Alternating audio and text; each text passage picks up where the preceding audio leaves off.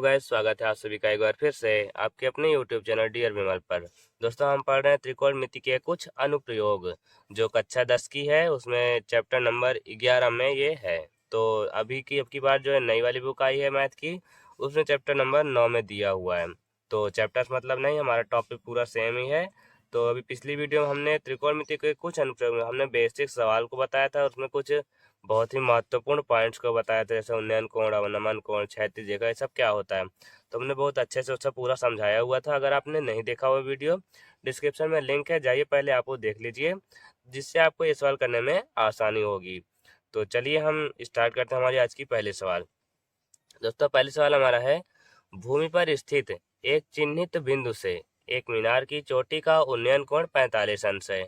आपको एक एक स्टेप, एक एक लाइन ध्यान से पहले क्वेश्चन पढ़ना है, क्योंकि इसका क्वेश्चन करने का मेन पॉइंट होता है हमारा फिगर कंप्लीट करने का। हम अगर फिगर रेडी कर लिए अच्छे से, फिगर कैसे बनेगा, सवाल करने हमारी कोई प्रॉब्लम नहीं होगी। तो देखिए, पहले आप ध्यान लगा क्वेश्चन को पढ़िए। तो दिया, मीनार के पाद की ओर से भूमि पर 40 मीटर चलने पर मीनार की चोटी का उन्नयन कोण 60 अंश हो जाता है। तो चिन्हित बिंदु के मीनार के पाद से दूरी ज्ञात कीजिए। तो देखिए, हम मान लेते हैं कोई ये मीनार है, मीनार है हमारी ए बी, हम इसे मान लेते हैं। तो दिया हुआ है क्या, देखिए, मीनार की चोटी का उन्नयन कोण, एक चिन्हित बिंदु, भूमि पर एक चिन्हित बिंदु, हम मान लेते हैं वो चिन्हित बिंदु इधर है। तो यहाँ से ये देखिए, ये वाला कोण बोला गया है कि चिन्हित बिंदु से एक मीनार की चोटी का उन्नयन कोण 45 अंश है। मतलब भूमि तो क्षैतिज रेखा होगी, ये क्षैतिज रेखा है, और यहाँ चिन्हित बिंदु से शीर्ष, उसके शीर्ष बिंदु से चोटी का उन्नयन कोण 45 अंश है ये। उसके बाद अगला हमारा क्या कहा जा रहा है, मीनार के पाद, पाद का मतलब ये निचला सिरा, मीनार है, पाद मतलब होता है चरण या पैर, तो उसका निचला सिरा ये वाला है की ओर भूमि पर 40 मीटर चलने पर मीनार की चोटी का उन्नयन कोण 60 अंश हो जाता है।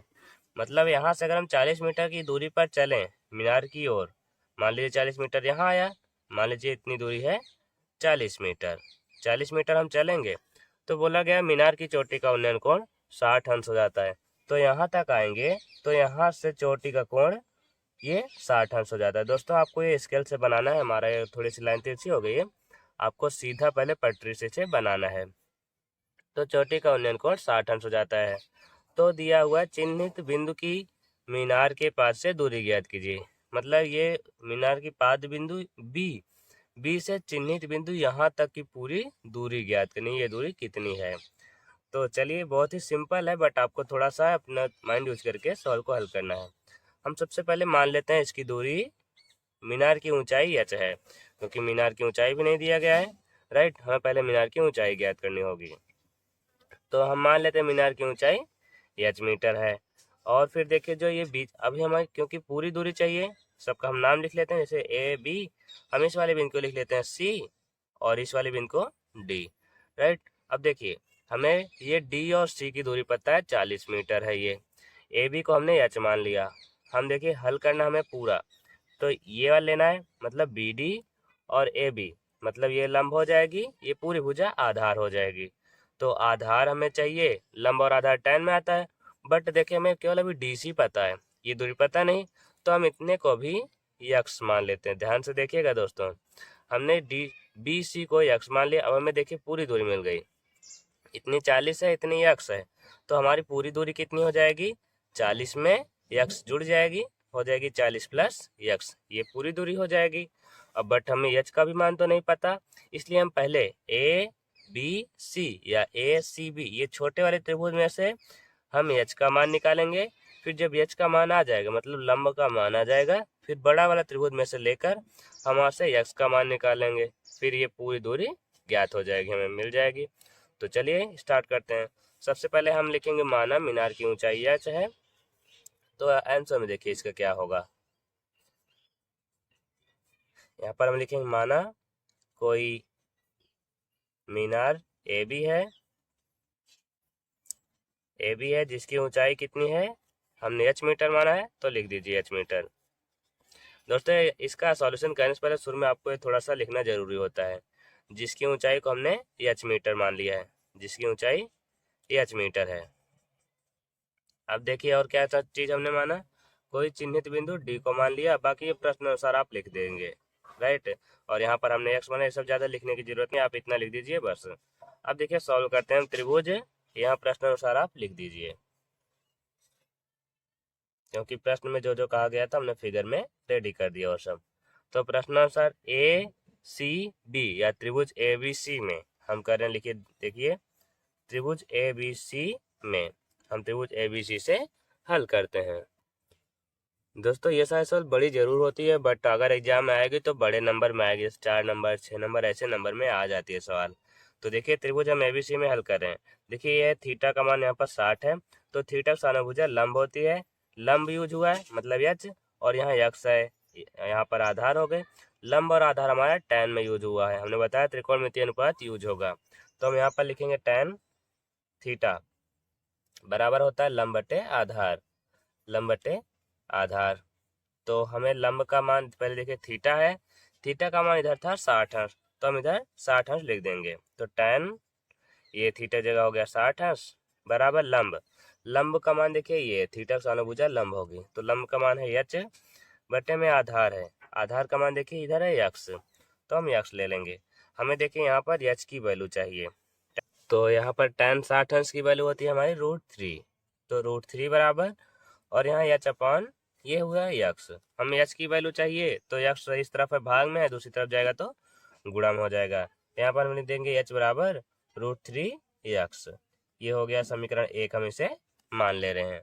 अब देखिए हमें जब एच की वैल्यू मिल गई, हम पूरा की वैल्यू निकालेंगे, मतलब ये इतने बड़े वाले त्रिभुज को ए डी बी से। तो देखिए यहाँ पर ये वाला कौन लिया जाएगा 45 अंश, तो थीटा सानुभुजा लंब हो जाएगी, आधार ये पूरी हो जाएगी, तो हमारी पूरी रेखा है 40 प्लस यक्स। तो हम फिर से अब कर रहे हैं, इधर देखिए ध्यान से देखिएगा, अब की बार हम करें त्रिभुज ए डी बी में, ए डी बी में, तो जिस त्रिभुज में करेंगे आप उसका नाम लिख देंगे। तो लंब और आधार इसमें भी यूज हुआ है, तो सिंपल बात है tan यूज होगा इसमें भी। तो tan यहाँ पर देखिए थीटा बराबर हो जाएगा लंब बटे आधार, तो बार बार लिखने की जरूरत नहीं, हम डायरेक्ट थीटा की वैल्यू लिख रहे हैं। थीटा की वैल्यू है 45 अंश, तो हम 45 अंश लिख दे रहे हैं।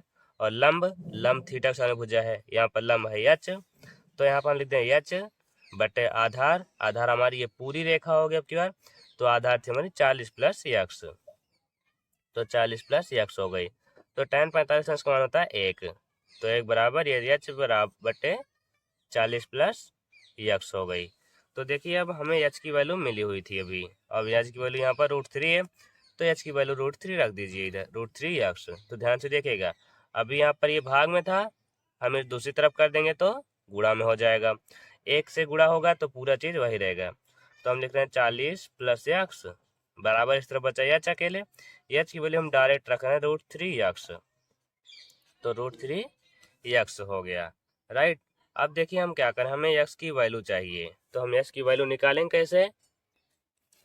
आप देख सकते हैं यहाँ पर ये जो x है, यहाँ इसके साथ भी x है, तो हम x वाले को दूसरी तरफ कर दे रहे हैं। तो देखिएगा ध्यान से, हम पश्चाताप कैसे कर रहे हैं, यहाँ पर प्लस x था, दूसरी तरफ जाएगा तो माइनस x आ जाएगा, दूसरी तरफ बचेगा केवल 40 अकेले, तो हम पहले इस वाले x को लिख दे रहे हैं। देखिए √3 था पहले, √3 और ये वाला प्लस x उस तरफ गया था तो माइनस x हो गया, तो बराबर के दूसरी तरफ मतलब यहाँ के लिए क्या होता था 40, तो ये पक्षांतर समझ में आया। देखिए अब दोनों में x है, तो हम x कॉमन कर ले रहे हैं, दोनों में हम x कॉमन करेंगे, तो इधर x था, x बाहर आ गया, बचा √3 अकेले, फिर इधर माइनस, फिर यहाँ देखिए x था तो x हमने बाहर कर लिया, तो यहाँ क्या बचेगा 1 बचेगा। आप 0 मत लिख दीजिएगा, क्योंकि x का गुणा 1 में करेंगे तभी x आएगा, बराबर लिख देंगे हम 40 के। इतनी बात समझ में आ गई सबको। अब देखिए हम x की वैल्यू इधर से निकाल सकते हैं, ये जो 40 है ये गुणा में पूरा इस तरफ आएगा तो भाग में हो जाएगा।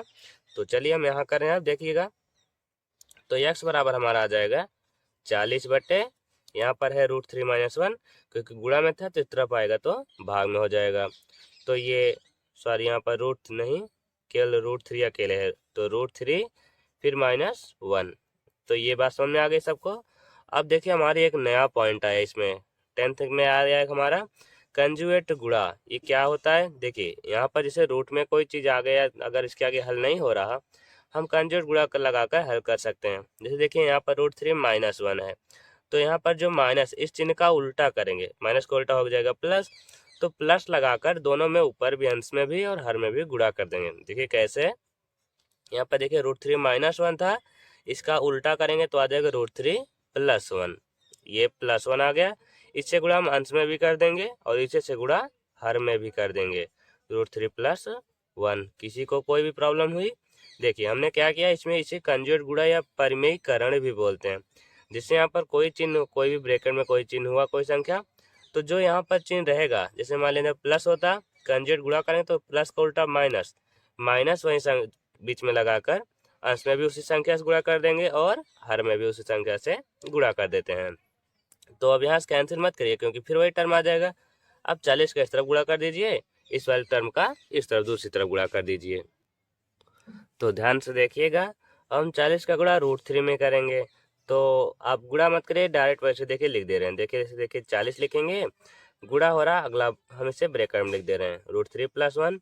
अब नीचे वाला देखिए क्या होगा, √3 - 1 और √3 + 1। आप सभी को एक फॉर्मूला पता है, a² + b²। हमारा क्या होता है, a + b इंटू में होता है a - b। देखिए a + b इंटू में a - b, या a - b into a + b। तो हमारा ये फॉर्मूला बन रहा है a² - b² का। तो हम इसे लिख सकते हैं √3 का स्क्वायर, फिर माइनस a का स्क्वायर हो गया, मतलब b का स्क्वायर, b यहाँ पर है 1, तो यहाँ पर हम 1 का स्क्वायर लिख ले सकते हैं, राइट। किसी को कोई भी प्रॉब्लम? देखिए जो भी प्रॉब्लम हो आप कमेंट बॉक्स में हमें बताइए, कि जहाँ भी जिस भी चीज़ में कहीं प्रॉब्लम होगी आप कमेंट कीजिए, हम उस चीज़ को फिर से आपको अगले सवाल में अच्छे से समझाएंगे। तो देखिए अब आगे, अब इसे वैसे लिख दीजिए ऊपर वाला इनको, √3 + 1। अब देखिए यहाँ पर √3 का हम स्क्वायर करेंगे तो केवल चिन्ह रूट हट जाएगा, तो केवल 3 अकेले बचेगा, फिर -1 का स्क्वायर तो 1 ही रहता है। फिर देखिए हम आगे कर रहे हैं, यहाँ पर ये 40, अब यहाँ पर √3 + 1 और नीचे 3 में से घट जाएगा तो बचेगा 2।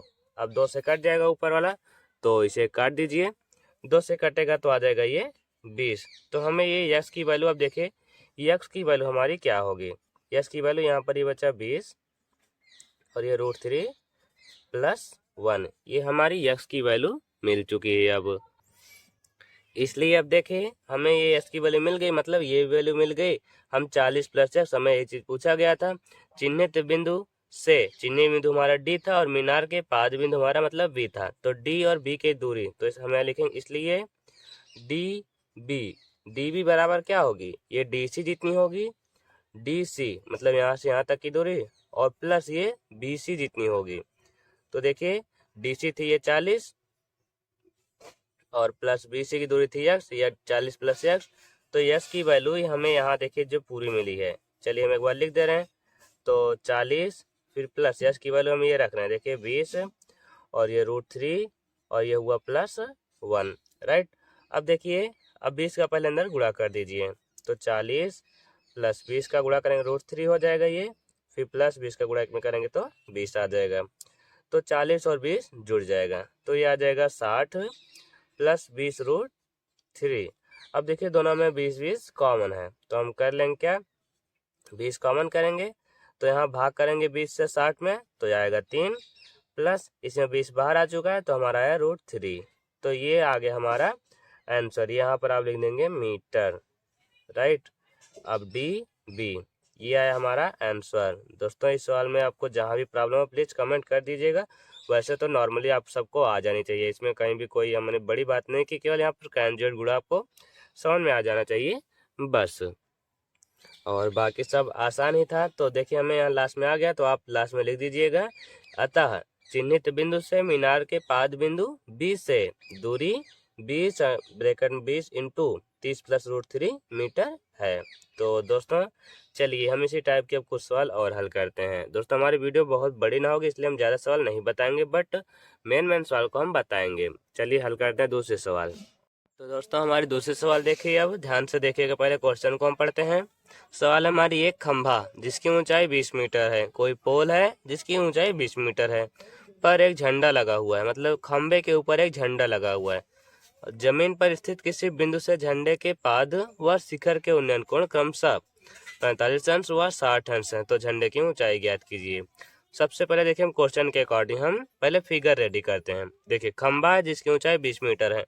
मान लेते हैं हम कि यहाँ पर ये कोई एक खंबा है जिसकी ऊंचाई ये देखिए दी हुई है 20 मीटर है, राइट। अब देखिए उसके बाद है पर एक झंडा लगा हुआ, हम मान लेते हैं इधर से एक ये झंडा लगा हुआ है, ये यहाँ पर कोई झंडा लगा हुआ है। तो उसके बाद है झंडा लगा जमीन पर स्थित किसी बिंदु से, मतलब जमीन पर हम कोई बिंदु ये ले लेते हैं। किसी बिंदु से झंडे के पास मतलब निचला सिरा, जो झंडा का निचला सिरा बोला गया है, तो झंडा का निचला सिरा तो बिल्कुल यहीं पर होगा।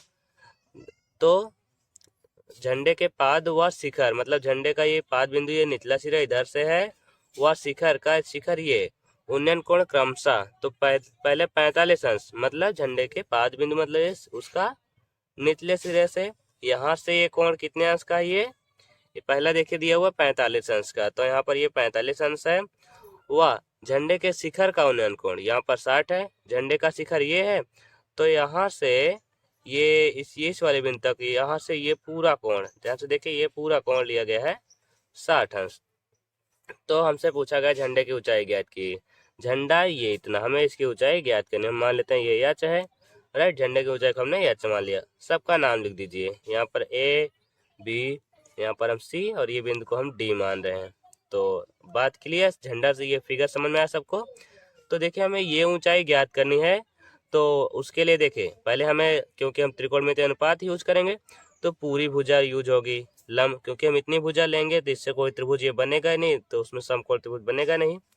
तो हम ये पूरी भुजा हमें पता होनी चाहिए और ये भुजा पता होनी चाहिए, राइट। तो हमें ये भुजा पता नहीं है, तो हम इस वाले भुजा को हम यक्स मान लेते हैं, राइट। ये यक्स मान लिया हमने। देखिए अब ज्ञात करने के लिए सबसे पहले आपको माइंड में अपने सेट करना है कि हम किसी के क्या क्या ज्ञात करके अगला हम टर्म अपना यूज करें। जैसे देखिए हमें क्या क्या करना, सबसे पहले हमें अगर एच की ऊंचाई चाहिए, ये पूरी दूरी हमें पता होनी चाहिए। उससे पहले हमें इसकी दूरी भी पता होनी चाहिए। तो देखिए हमें ये दूरी पता नहीं है, और फिर हमें ये 20 मीटर दिया हुआ है। पहले हम डी बी सी, ये छोटे वाले त्रिभुज में से हम एक्स का मान निकालेंगे। जब हमें एच का मान मिल जाएगा तो हम बड़ा वाला त्रिभुज लेकर यहाँ पर एच का मान हम निकाल सकते हैं आसानी से। तो देखिए हम चलिए सवाल को हल करते हैं। तो सबसे पहले हल में देखिए हम क्या लिखेंगे। सबसे पहले हमने खंबे को क्या माना कोई खंबा बीसी है, लिख लीजिए, माना कोई खंबा। तो ये एक लाइन लिखना जरूरी होता है, हर क्वेश्चन आप लिख दीजिएगा। खंबा बीसी है जिसके ऊपर कोई झंडा ए बी लगा हुआ है। यहाँ पर लिखेंगे जिसके ऊपर कोई झंडा का नाम है ए बी लगा हुआ है, और झंडे की ऊंचाई को हमने क्या माना है, ये भी लिख देंगे, लगा हुआ है जिसकी ऊंचाई एच मीटर है,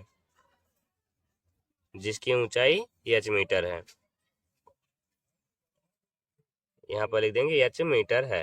तो चलिए अब देखिए अगले हम आगे क्या करेंगे। अब प्रश्न के अकॉर्डिंग आपको ये सब लिख देना है, मतलब यहाँ हम कर देंगे प्रश्न अनुसार हम हल कर रहे हैं।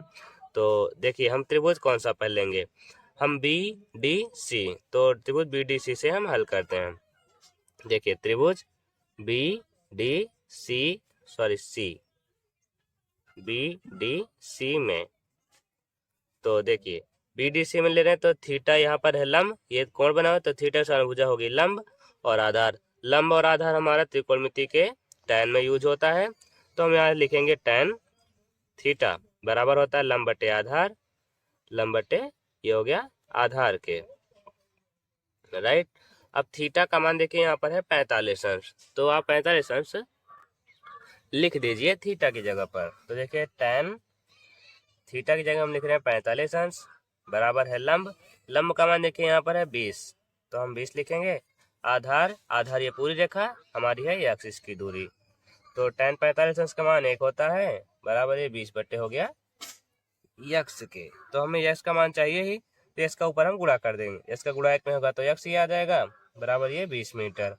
अब देखिए यक्स का मान भी हमें 20 मीटर मिल चुका है। अब क्या हम डायरेक्ट त्रिभुज ADC लगा देंगे, तो इसलिए हम आगे डायरेक्ट यहाँ लिखेंगे, इसलिए त्रिभुज ADC में देखिए ये अगर एच मीटर है, ये 20 मीटर है। तो ये पूरी दूरी कितनी होगी, ध्यान से देखिएगा।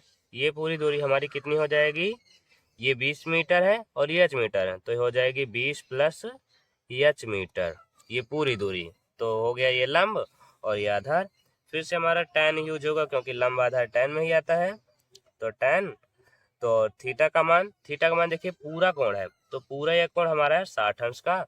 तो tan 60 अंश बराबर, यहाँ देखिए लंब था तो लंब का मान ये 20 प्लस h है, 20 प्लस h बटे में है आधार था तो आधार का मान है x, ये तो x हम लिख देंगे।